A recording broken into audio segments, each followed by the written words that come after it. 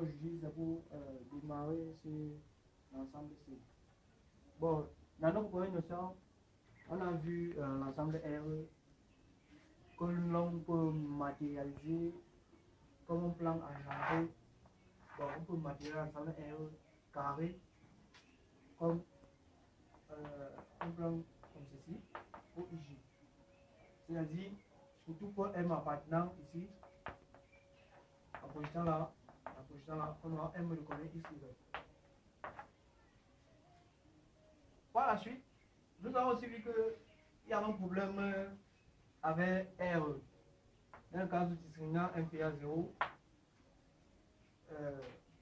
il n'y avait pas de solution. Comme je l'ai dit à la vidéo de la première notion, le but de créer les ensembles, c'est de relever les problèmes. Comme il n'y a pas de solution, on va donc créer un ensemble que l'on va appeler C. Bien évidemment, c'est l'ensemble des nombres complexes. Tel que, donc on va s'imaginer un nombre, parce que c'est un nombre comme son nom est imaginaire, tel que I carré est égal à moins 1. Par la suite, on aura donc l'ensemble C sera défini par A plus IB, tel que A appartenant à R, B appartenant à R. Par la suite, l'on suppose A plus IB égale. Vous voyez bien qu'il y a donc la première partie ici qu'on va appeler la partie réelle et la deuxième partie ici la partie imaginaire. Donc là on va caractériser qu'un nombre est réel lorsqu'il est totalement réel, lorsque la partie imaginaire est égale à 0, et un nombre est imaginaire lorsque sa partie réelle est égale à 0. Il s'ensuit que on va définir il s'ensuit que en considérant l'application suivante, R carré vers C, il y a tout couple X, Y associe X plus Y. On voit bien évidemment que cette application est bijective. Si c'est bijective, cela signifie que on peut confondre les éléments de R carré aux éléments de C. Par conséquent, si nous pouvons confondre cela, on va donc définir ce qu'on entend par module, c'est-à-dire norme, puisqu'il y a la norme dans R carré. La norme dans R carré, on disait son quoi? Bien sûr, si on a un point M ici, il faut d'abord qu'on définisse le vecteur pour définir la norme. Donc, si on suppose le vecteur OM. Donc, la norme dans R carré sera tout simplement racine carrée de X carré plus Y carré. Alors, le module que nous allons définir sera tout simplement module Z, module de X plus Y sera aussi égal à racine carrée de X carré plus Y carré. Par la suite, nous allons maintenant définir ce qu'on entend par argument. L'argument, c'est tout simplement l'angle que fait l'axe des abscisses au vecteur OM. Bon, ne parlons pas encore d'argument. L'argument, c'est l'angle que fait l'axe des abscisses au vecteur OM. C'est-à-dire, argument de, par exemple, ZM, sachant que l'axe M, c'est ZM, ça sera tout simplement égal à mesure de IOM. Il est bien noté que ZM c'est tout simplement X plus IY. Donc argument ZM c'est mesure de mesure IOM. Là on peut constater que argument de ZMC c'est égal à argument de ZM moins Z0 sur ZI. Donc, pour constater cela, donc, tout simplement quoi? On fait Zm moins Zo sur Zi. Car Zi c'est 1, Zo c'est 0. Vous voyez que c'est encore la même chose. Et on va donc avoir une relation entre l'affixe Zm, le module et l'argument.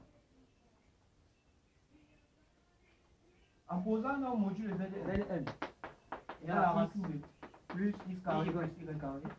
Maintenant, si on essaie d'introduire le module, on aura racine carrée de x carré plus y carré, facteur de x sur racine carrée x carré plus y carré, plus y sur racine carrée de x carré plus y carré.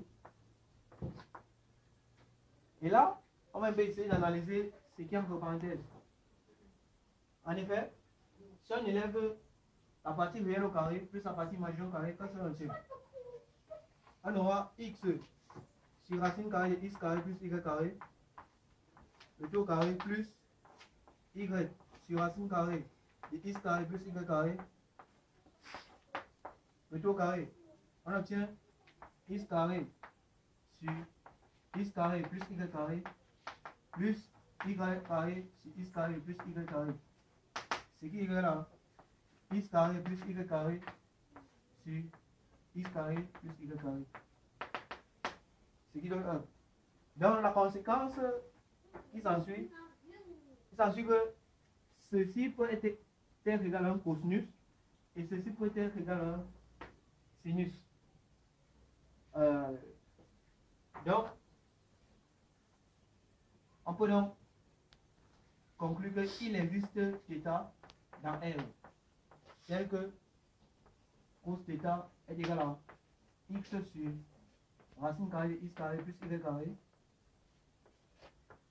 sin θ égal à y sur racine carrée de x carré plus y carré.